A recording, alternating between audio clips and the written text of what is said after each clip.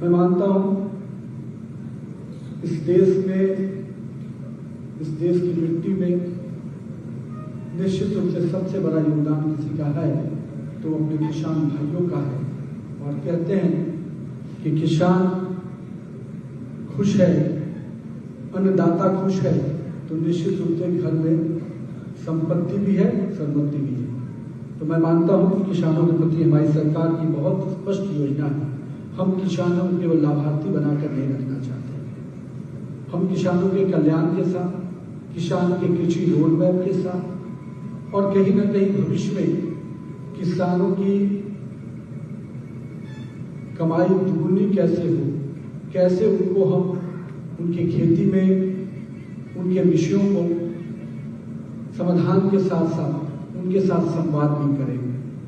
और यही कारण है पिछले लंबे समय में कृषि विभाग को केवल कृषि विभाग नहीं रहने दिया गया, कृषि एवं किसान कल्याण विभाग बनाकर माननीय प्रधानमंत्री नरेंद्र मोदी जी ने आगे बढ़ाया।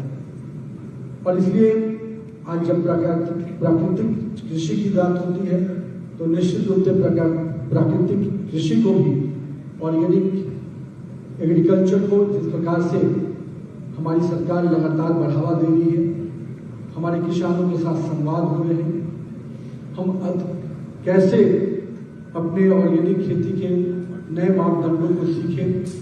हर जिला स्तर पर किसानों के साथ संवाद के कार्यक्रम रखे जा रहे हैं।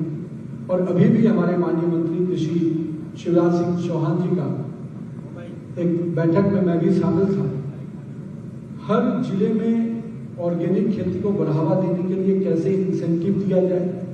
अभी मूल्य की बात हुई कि कैसे ऑर्गेनिक जो फसल है उससे कई बार कॉस्टिंग का असर होता है, उसको कैसे एडजस्ट किया जाए। निश्चित रूप से इस दिशा में हमारी सरकार बहुत ही सेंसिटिव होकर आगे बढ़ रही है। और हम मानते हैं कि ऑर्गेनिक खेती बढ़ेगा तो हमारे देश के लोगों का स्वास्थ्य भी बेहतर होगा और कहीं ना कहीं हमारी भूमि जो कहीं ना कहीं इन दिनों में लगातार खाद के प्रयोग के कारण हमारी भूमि जो उपजाऊ थी वो कहीं ना कहीं अब खराब हो रही है, तो उसको भी बचाने में हम सफल होंगे।